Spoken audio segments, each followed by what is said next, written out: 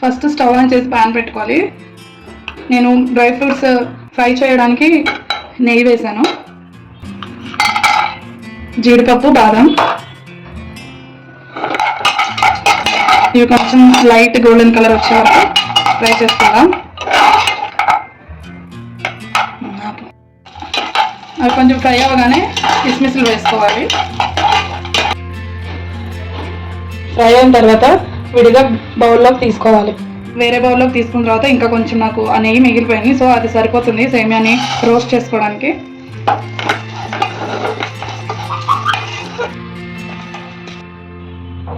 Fry చేసిన తర్వాత అది చల్లారడానికి ఒక బౌల్లోకి తీసుకున్నాను.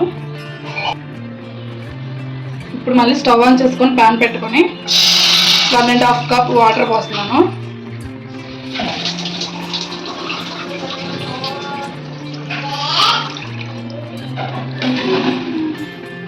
ఇందులో ఆల్రెడీ మనం ఫ్రై చేసాం కదా, ఆ మిగిలిపోయిన నెయ్యి ఉంది.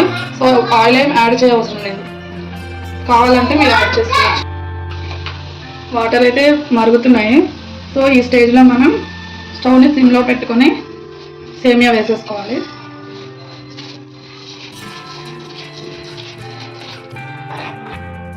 సేమియా మనకి ఉడికే లోపల పక్కన ఇంకొక ప్యాన్ పెట్టుకొని అందులో పాలు పోస్తున్నాను. నేను 1 కప్పు సేమియా తీసుకున్నాను, సో అందుకని 1 కప్పు పాలు తీసుకుంటున్నాను. సో ఇవి కూడా బాగా మరగనివ్వాలి.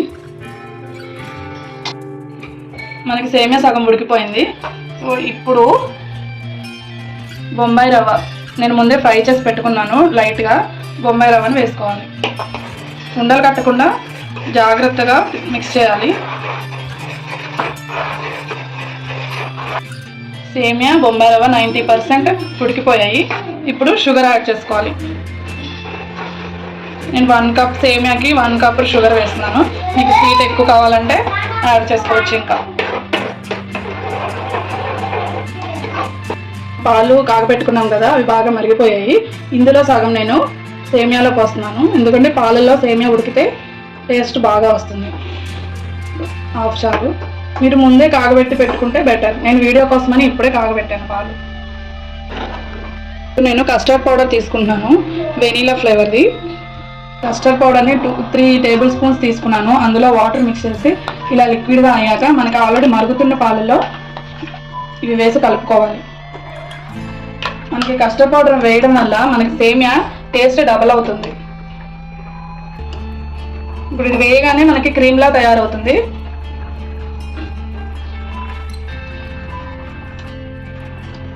ఇలా తిప్పేటప్పుడు అడుగంటుతూ ఉంటుంది, జాగ్రత్తగా అడుగంటకుండా తిప్పుకోవాలి. మనం 2 మినిట్స్ మిక్స్ చేసి స్టవ్ ఆఫ్ చేద్దాం. మనకి సేమియా కూడా పాలల్లో బాగా ఉడికిపోయింది. ఈ కస్టర్డ్ మిల్క్ ఉన్నాయి కదా, ఈ మిల్క్ని సేమియాలో పోసేసుకుందాం.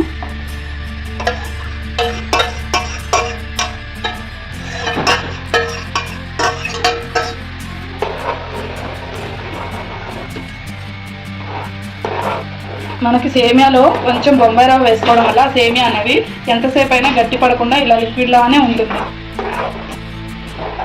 కస్టర్డ్ పౌడర్ వేయడం వల్ల సేమియాకి మంచి కలర్ వస్తుంది, మంచి ఫ్లేవర్ కూడా వస్తుంది. చూడండి, సేమియా మంచిగా మిక్స్ అయిపోయింది పాలతో. మనం కస్టర్డ్ మిల్క్ వేసుకున్నాక ఒక 2 మినిట్స్ బాయిల్ అయితే చాలు. సో ఇంకా డ్రై ఫ్రూట్స్ కూడా వేసేసుకుందాం.